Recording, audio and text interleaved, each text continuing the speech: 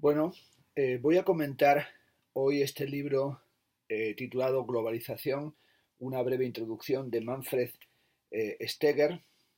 que es catedrático de la Universidad de Hawái y profesor honorario de estudios globales en Melbourne, y que ha escrito también el libro Globalismo, la gran ideología del siglo XXI en el año 2009, que es un libro que tuvo mucho reconocimiento. El que tengo aquí en mis manos, este libro de globalización, está traducido en Antoni Bosch en el año 2019 y es un libro breve. Y como tengo hoy bastante lío, voy a hacer esta cosa tan rara de comentarlo mientras hago bicicleta estática, también porque se trata de un libro ligero y que, bueno, no voy a dedicarle mucho tiempo, aunque siempre digo que no voy a dedicar tiempo a los libros y finalmente me enrollo y pego aquí unas chapas que nunca dejan de durar media hora. Bueno, el libro Globalización, una breve introducción, hace honor al título, es un libro básico, pero en cualquier caso, como a veces sucede, hay libros básicos que son útiles o que nos pueden aportar cosas, ¿no? Bueno, comienza señalando en el prefacio a la cuarta edición que se trata de ver qué es lo que suponen hoy los estudios globales y cómo ha surgido un nuevo campo de análisis y de estudios académicos que analizan la globalización, la transdisciplinariedad, el espacio, el tiempo y el pensamiento crítico. El libro comienza con la globalización, señalando que se trata de un concepto polémico y que el término globalización apareció en lengua inglesa en la década de 1930 y que es un concepto tardío, pero que sin embargo ha tenido una gran capacidad para asaltar el mundo. En los años 90, como sabemos, la globalización se convirtió en una palabra de moda, pues captaba la naturaleza cada vez más interconectada de la vida social en el planeta y es algo que tiene que ver con la revolución de las nuevas tecnologías y con la integración global de los mercados. Y sobre todo con esa globalización que unos ven de una forma integrada o optimista y que otros ven como algo despiadado, como una especie de enorme apisonadora. Steger señala que la globalización es una dinámica compleja y desigual que relaciona lo local, lo nacional y regional con lo global, el oeste con el este, el norte con el sur. Comienza el libro señalando eventos globales, como sería el caso del Mundial de Fútbol organizado por la FIFA en Brasil, y que en ese mundial hay un nexo clarísimo entre lo global y lo local, también con la importancia que toma en este tipo de eventos el turismo y los ingresos que se consiguen con este tipo de acontecimientos mediáticos. Luego analiza también la dimensión global en figuras como Lionel Messi o G. Lowe o Jennifer López, y como son figuras de contextos periféricos que sin embargo consiguen imponerse planetariamente, y toda esta dimensión de lo que sería la hibridación contemporánea, que son fenómenos, digamos, de cambio de los espacios centrales y de la relación entre el centro y lo que se llama las periferias. Bueno, intenta aquí lo que llama una definición de la globalización a partir de la página 37 y dice que primero tendríamos la globalidad, que supone una situación social caracterizada por firmes interconexiones y flujos económicos, políticos, culturales y medioambientales globales que vuelven irrelevantes la mayor parte de las lindes y fronteras, y cómo en la globalidad podría basarse sobre todo en los valores del individualismo, la competición o el capitalismo del laissez-faire, mientras que otra podría inspirarse en sistemas sociales cooperativos y normas más comunitarias. Y cómo estas posibles alternativas apuntan al carácter fundamentalmente indeterminado de la globalidad hecha y derecha. En segundo lugar, dice que podemos adoptar la expresión imaginario global para referirnos a la creciente conciencia de la gente con respecto a la globalidad en aumento. Por último, la globalización es un concepto espacial que hace referencia a un conjunto de procesos sociales que transforman el presente estado actual de racionalidad y de nacionalidad convencional en otro de globalidad. Y ahí también tiene que ver con la noción de modernización. Bueno, señala cómo hay, por un lado, una globalización que sería la que tiene que ver con la creación de nuevas redes sociales, con la multiplicación de las conexiones existentes, que superan los tradicionales límites políticos, económicos, culturales y geográficos. Una segunda cualidad de la globalización se refleja en la expansión y la extensión de las relaciones sociales, de la actitud y de las propias conexiones. Y en tercer lugar, la globalización incluye la intensificación y la aceleración de las actividades y los intercambios sociales. Bueno, son definiciones un poco las de Steger, que avanzan poco y que se vuelven recursivas o reiterativas. Señala que figuras como la del sociólogo Manuel Castells, con sus teorizaciones sobre la sociedad de las redes globales y sobre el poder de la comunicación, son fundamentales. En cuarto lugar, se podría entender que los procesos de globalización no tienen lugar solamente en un nivel material objetivo, sino que también abarcan el plano subjetivo de la conciencia humana. La globalización hace referencia así a la expansión e intensificación de las relaciones sociales y de la conciencia a través del tiempo mundial y del espacio mundial. La globalización tiene que ver, por tanto, con la creciente interconectividad mundial. Hay que reconocer, como digo, que es muy básico, pero bueno, en algunas ocasiones estos libros algo pueden ayudar. En el segundo capítulo, que se titula La globalización en la historia, ¿es la globalización un fenómeno nuevo?, señala que por importante que sea la tecnología en la intensificación de la conectividad global, proporciona una explicación solo parcial de la última oleada de globalización acontecida desde la década de 1980. Bueno, saca aquí un gráfico que me ha parecido interesante, que es lo de qué pasa en un minuto en Internet, y señala que, bueno, que se actualizan 293.000 perfiles, que se hacen por Skype 104.000 llamadas, que se visualizan 2 millones, casi 3, de vídeos en YouTube, que hay 2,5 millones de búsquedas en Google, que se publican 347.200 nuevos twitters, que hay 123.000 nuevos posts en Instagram, que hay 13.000 horas que se suben de Spotify, que hay $119.760.000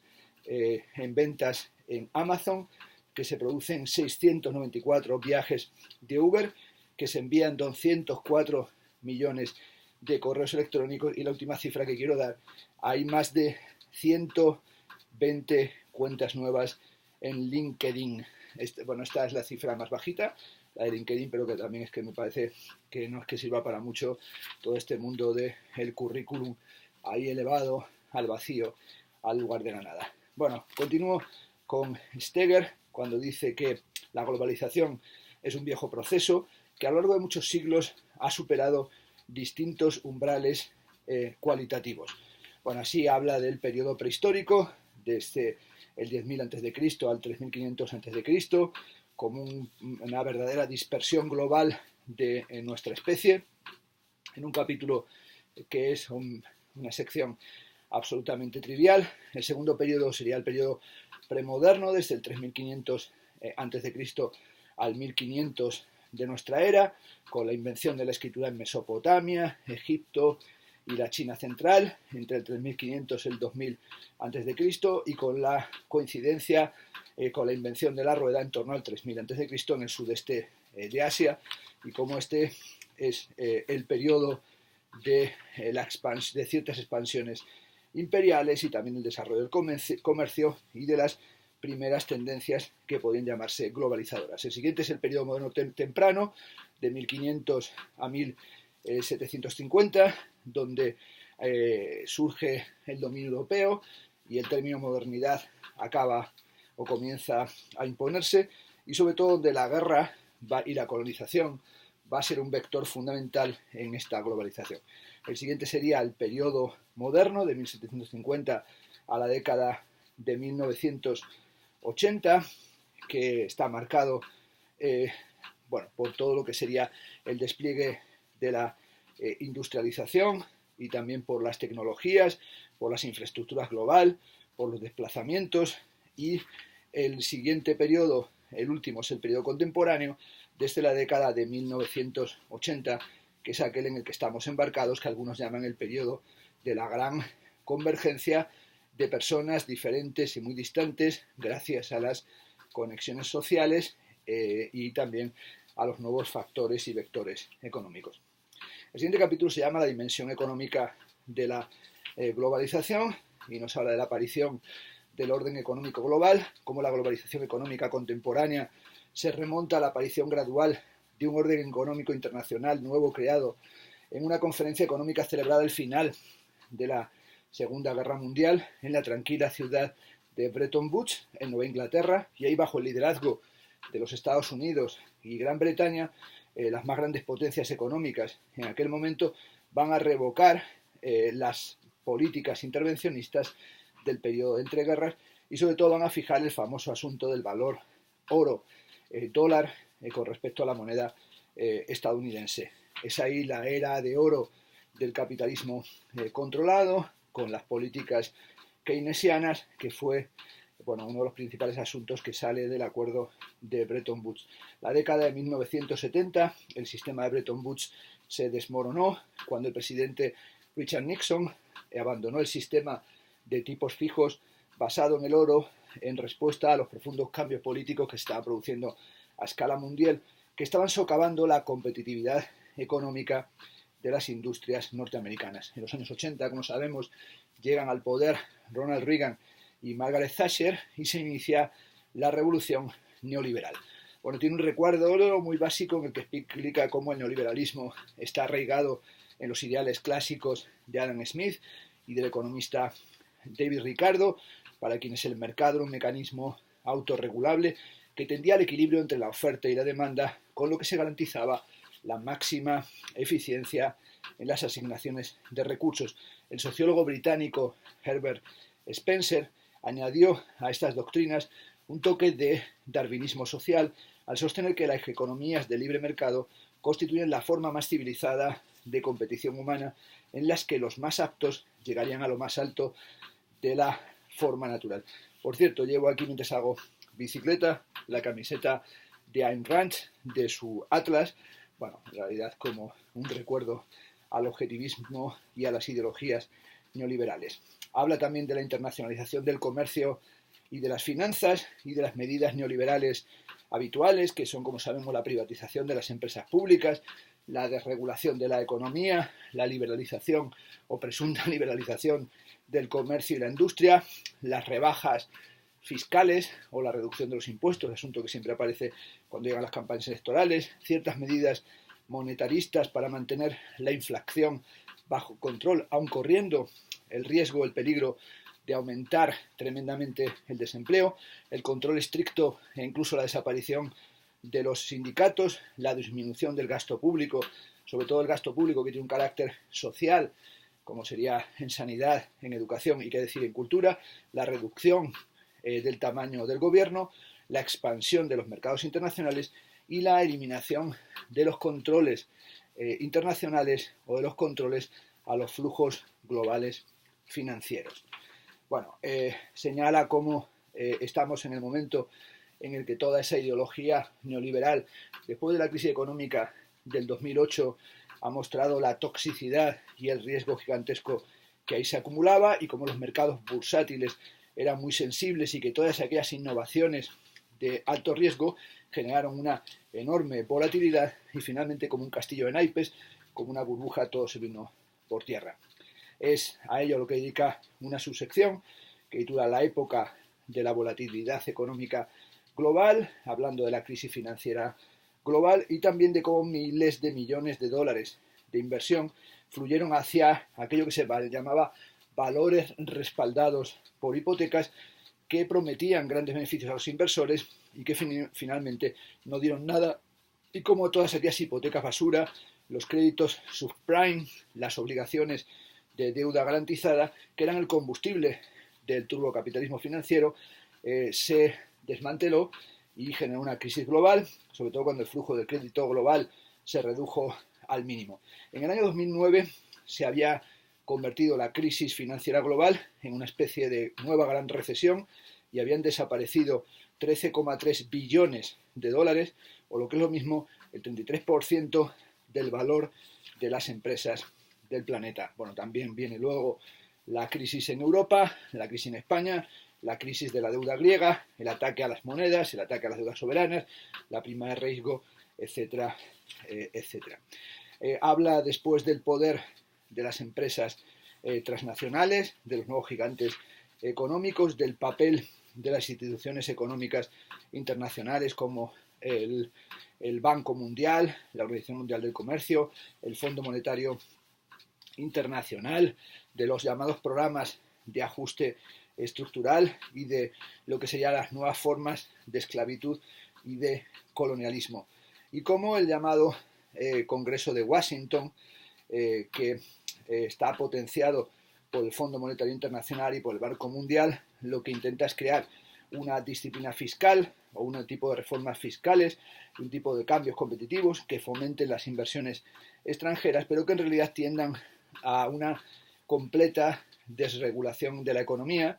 que es como arrojar gasolina en el incendio o darle el control del bosque directamente a los pirómanos. Dice que tal vez deberíamos mostrarnos escépticos con respecto a las explicaciones tendenciosas que consideran la actividad económica en crecimiento como el aspecto principal de la globalización. En realidad, el impacto de la política en la forja de la interconectividad global exige que desarrollemos con más detalle precisamente la dimensión política de la globalización. A eso dedica el siguiente capítulo, que es este capítulo que se titula La dimensión política de la globalización, que hace referencia a la intensificación de la expansión de las interrelaciones políticas. Bueno, voy a ver.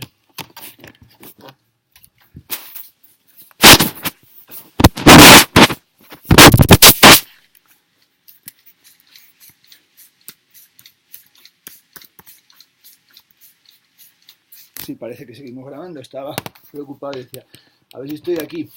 pedaleando como el gran idiota y como se había ido a negro la pantalla del Mac, no estoy hablando de la globalización, sino que estoy haciendo el discurso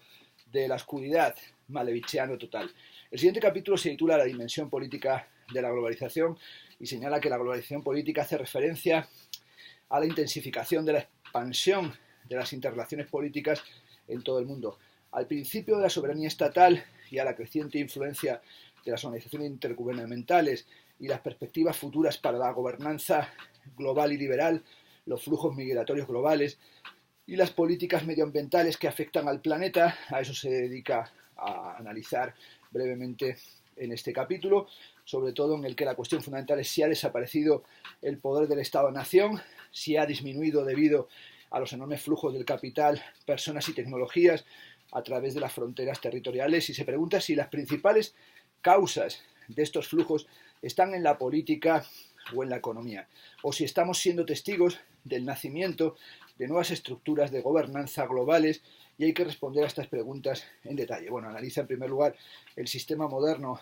de los estados-nación y cómo van decayendo y cómo van a ir siendo atacados, también la cuestión de si ha desaparecido, y señala que al dotarse a la economía de una lógica interna diferenciada de la política y superior a ella, los comentaristas defensores de la globalización económica anhelan una nueva fase de la historia mundial en el que el principal papel de los gobiernos sea funcionar como conductores o como el marco del despliegue del capitalismo financiero global. Y sobre todo, bueno, como toda esta expansión de la actividad económica pues genera sus propias corrupciones y genera sus formas del robo, como sería lo que se reveló en el año 2016 con los llamados papeles de Panamá y con todos los nuevos paraísos fiscales. Analiza también la globalización política y la migración y cómo los estados todavía crean medidas contra la inmigración, y aunque en el 2016 solo el 2% de la población mundial vivía fuera de su lugar de origen, sin embargo se ha convertido esta cuestión de las migraciones en algo fundamental, en una cuestión primordial que a la postre genera lo que llama Wendy Brown estados amurallados, y esos estados amurallados son una forma teatralizada, fóbica, de representar la propia decadencia del Estado-Nación y de ofrecer una suerte de seguridad fantasmática o fantasmal. Sin duda, ese tipo de situaciones de la relación entre migraciones, políticas y economías son fundamentales en la globalización, pero también está ahí el fantasma y la realidad del terrorismo y de la criminalidad y las nuevas formas de cooperación internacional. El siguiente pasaje es el que dedica a la globalización política y a la gobernanza global, y sobre todo a cómo, por ejemplo, la Comunidad Europea comenzó en 1950 con el modesto plan del ministro francés de Asuntos Exteriores, Robert Schuman, de crear una institución supranacional encargada de regular la producción francesa y alemana de carbón y acero, y cómo todas estas dinámicas tienen que ver con lo que serían los marcos de la justicia global y también los problemas de los retos que nos estamos enfrentando en una situación de democracias cosmopolitas y la necesidad tal vez de que aparezca parlamentos globales o una carta de derechos y obligaciones que genere los nuevos espacios del poder político, social y económico, y también cómo tendría que aparecer un sistema legal global interconectado que permitiera la aplicación tanto en el ámbito local como en las dimensiones globales. Termina esta sección diciendo que la intensificación mundial de las interacciones culturales, económicas y políticas hace que la posibilidad de resistencia y de oposición sea tan real como la idea benigna del acomodo mutuo y la tolerancia con respecto a las diferencias. El siguiente capítulo se titula La dimensión cultural de la globalización, y bueno, señala que la globalización cultural hace referencia a la intensificación y expansión de flujos culturales por todo el planeta y que hay nuevas prácticas culturales que son características de nuestro tiempo. Habla de la cultura global y de la cuestión de si se está produciendo uniformidad o diferencia, y cómo el sociólogo George Ritzer acuñó el término de McDonaldización para describir los procesos socioculturales de gran alcance en virtud de los cuales los principios del conocido restaurante, el McDonald's, están dominando cada vez más sectores, no solo de la sociedad norteamericana, sino también del resto del mundo, con todas esas ideas como del nos encanta verte sonreír, y como también, por ejemplo, Benjamin Barber, en su libro Consumed, publicado en el año 2007, hablaba de un nuevo ethos de infantilización como sostén del capitalismo global que lleva a un completo anti-intelectualismo. La desigualdad, dice en la página 131, global, contribuye a entorpecer el crecimiento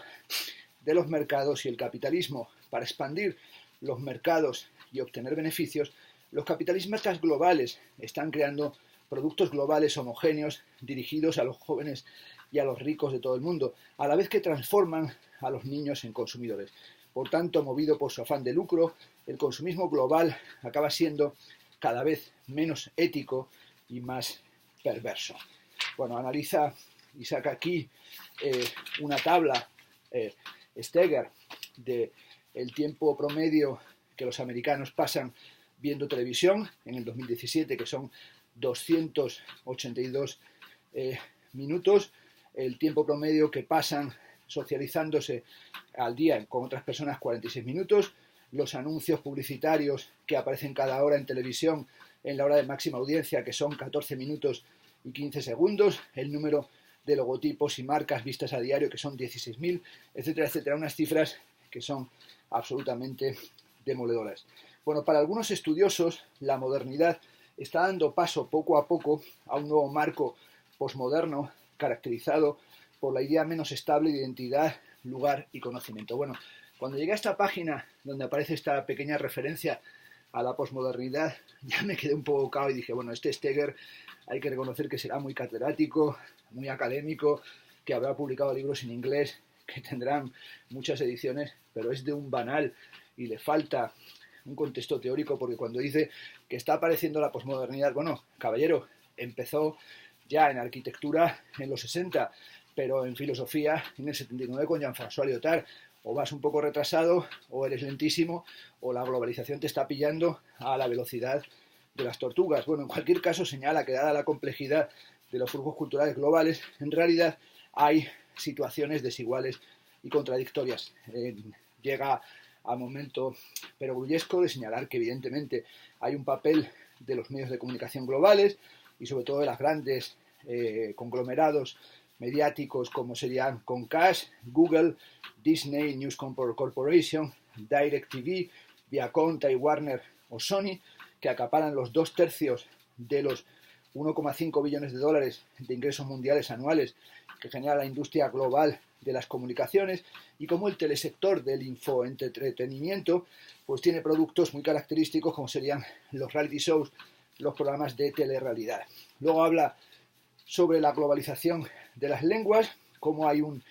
decrecimiento del número de lenguas en el mundo, cómo los movimientos de personas tienen que ver también con los flujos de las lenguas, la importancia que tiene hoy la industria del aprendizaje de lenguas extranjeras y también la importancia económica del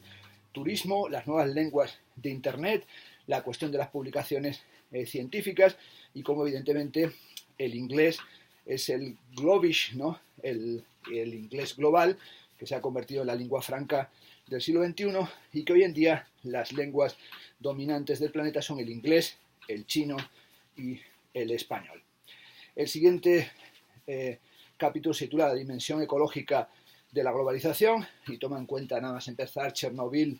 el del año 86, y Fukushima, la central nuclear de Japón del 2011, y cómo hay tremendos problemas ecológicos en nuestra época que solamente se pueden abordar mediante una nueva alianza global de países y actores de la sociedad civil. Y cómo hay una lección, que es la lección de la interdependencia global en el aspecto de la catástrofe ecológica y que habría que pensar el paradigma del antropoceno. Lo enuncia pero no lo desarrolla. Bueno, en cualquier caso dice,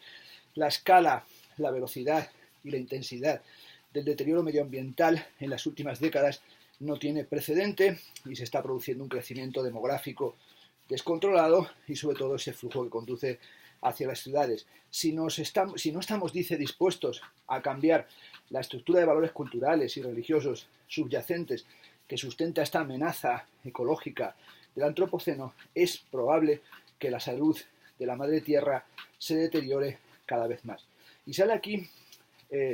un gráfico del consumo anual de petróleo per cápita en el mundo. En cabeza está los Estados Unidos, los segundos Corea del Sur, los terceros Finlandia, que me ha llamado muchísimo la atención y habla de ese consumo salvaje que tiene, por ejemplo, de los litros per cápita, que en Estados Unidos son 3.500, en Corea 2.600, en Finlandia 2.397, bajamos ya a Brasil 572, o Egipto 513, o Indonesia 302, o el Congo 10 litros per cápita, que habla de la desigualdad del mundo en lo económico, pero también en lo contaminante, en el nivel de la contaminación. Bueno, sobre todo nos habla de cómo también el uso de recursos básicos, como sería el consumo del maíz,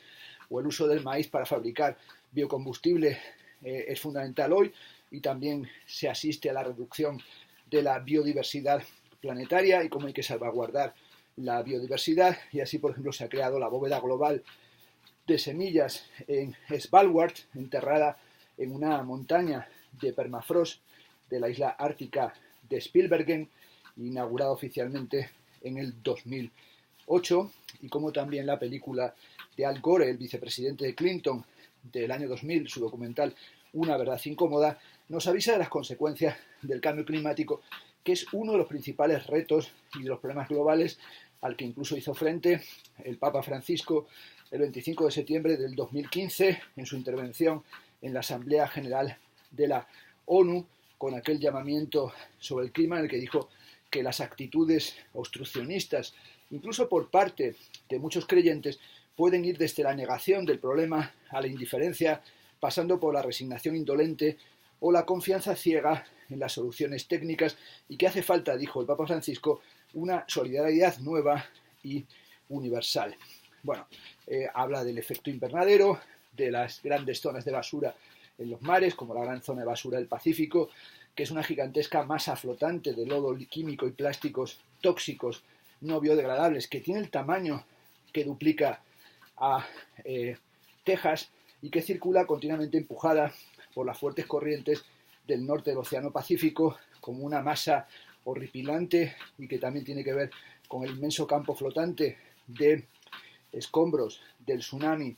de Japón y de la explosión de la central de Fukushima, que causó la muerte de más de 15.000 personas, ¿no? Y cómo atravesó el Pacífico y estos residuos llegaron a las costas norteamericanas y también están regresando de nuevo hacia Japón a través de las aguas del Pacífico y ya están llegando de vuelta de nuevo a Hawái. El cambio climático y el calentamiento global no son solo cuestiones, dice Steger, medioambientales o científicas, sino también económicas, políticas, culturales y sobre todo éticas que se han expandido e intensificado debido al proceso de la globalización. Es algo en lo que sin duda tiene mucha razón y cómo los distintos encuentros y pactos políticos globales no han llevado prácticamente a nada. Y señala también lo que sucedió, por ejemplo, en el Pacto Climático Global de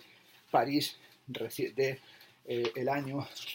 2015 y cómo, pues las buenas palabras no conducían en ningún caso a acciones determinadas y concretas. Habla luego de las ideologías de la globalización, que serían los globalismos de los mercados, el globalismo de la justicia y los globalismos religiosos. El globalismo de los mercados pretende dotar a la globalización de normas de libre mercado y significados neoliberales. El globalismo de la justicia crea una visión alternativa de la globalización basada en los ideales igualitarios de solidaridad global y justicia distributiva. Y por último estaría el globalismo religioso, aunque hay interconexiones entre ellos. Evidentemente en ese globalismo de los mercados es fundamental el ascenso de la figura del gran bufón de Donald Trump y su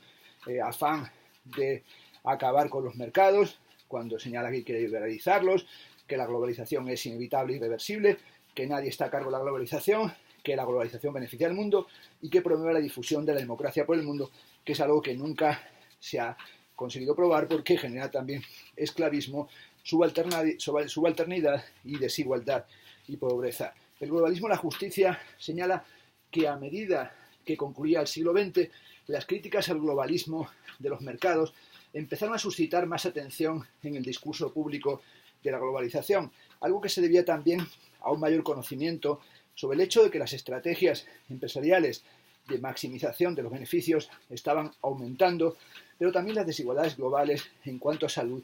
y bienestar. Se pregunta Steger cuáles son esas fuerzas globalistas de la justicia global y cuál es su enfoque ideológico, es decir, cuál es ese movimiento por la justicia global que tiene que ver con una sociedad civil global, con esos globalistas que señalan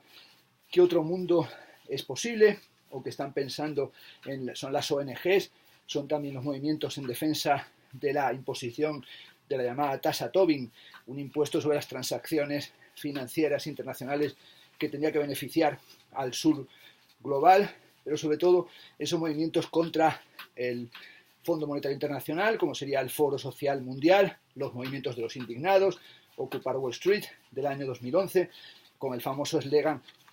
Somos el 99% y la ocupación del Parque Zuccotti de Nueva York, o también movimientos inspirados en el Ejército Zapatista de Liberación o en la famosa batalla de Seattle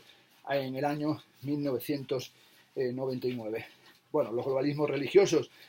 tienen que ver con el retorno de la religiosidad y del fundamentalismo, especialmente a partir del atentado del World Trade Center del 11 de septiembre del 2001. Aquí incluye una declaración, un recuadro de Osama Bin Laden acerca de la yihad y de Occidente, en el que dice que buscarán la venganza todos los días de la vida, porque no pasarán muchos días y noches hasta que nos venguemos por todo lo que se nos ha hecho. El último capítulo se titula El futuro de la globalización. En él señala que las tres tareas más difíciles que afronta la humanidad en el siglo XXI son la reducción de la desigualdad social, la preservación de nuestro maravilloso planeta y el reforzamiento de la seguridad humana, y se pregunta si abordaremos los problemas globales de una manera cooperativa o estamos al borde de una nueva era de conflicto que podría interrumpir el fuerte ímpetu de la globalización. Esto es, ¿va a existir una gobernanza mundial o nos vamos a encontrar al triunfo despiadado del neoliberalismo y su ideología? Karl Polanyi, en su famoso libro la gran transformación, atribuyó las causas de las crisis sociales padecidas por el mundo durante la primera mitad del siglo XX a los esfuerzos mal concebidos por liberalizar y globalizar los mercados. Según Carpolani, estos movimientos europeos contra el capitalismo sin trabas dieron lugar, en última instancia, a la aparición de partidos políticos que impusieron la aprobación de leyes sociales protectoras a escala nacional. Bueno, pensar la globalización es pensar otra gran transformación, pero supone la búsqueda de medios más inclusivos para abordar los problemas globales, para evitar tanto el populismo nacionalista, pero sobre todo para reivindicar un cosmopolitismo que consiga la creación de instituciones globales y de redes cooperativas nuevas. En su innovador estudio sobre los cambios, dice en la página 196, históricos a largo plazo en cuanto a la concentración de los ingresos y la riqueza, el economista francés Thomas Piketty sostiene que en la mayoría de los países los actuales niveles de desigualdad social se acercan a las sobrecogedoras diferencias que se dieron a lo largo del siglo XIX. Es decir, ha triunfado la plutocracia global, se han creado una globalización que no resuelve problemas, sino que genera problemas globales que llevan a la pobreza,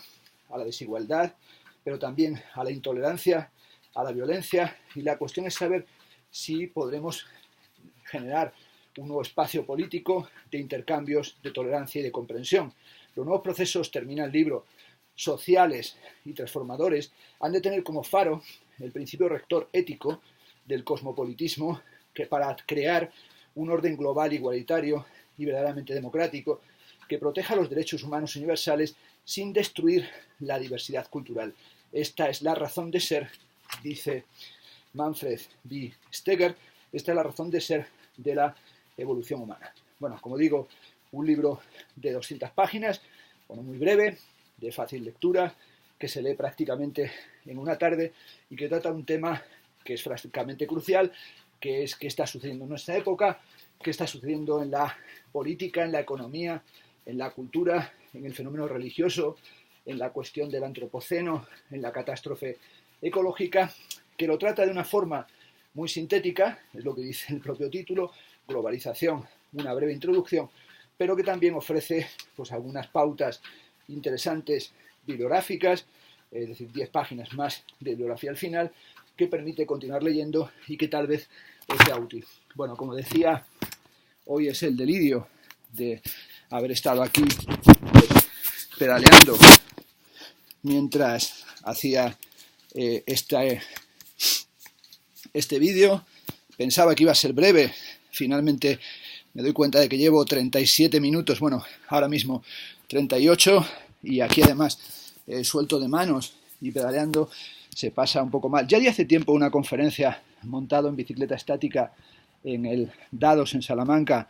vestido de ciclista hasta con casco. Estaba presente aquel día Miguel Romera y lo había montado mi gran amigo, mi colega Domingo Sánchez Blanco. En aquella ocasión era algo humorístico y hoy es un rollo sobre la globalización, y en realidad es esta cosa del multitasking, ¿no? De la multitarea, en la que no podía perder tiempo y tenía que sacar partido a esta media hora de darle a la bicicleta para conseguir mantenerme mínimamente en forma. Bueno, espero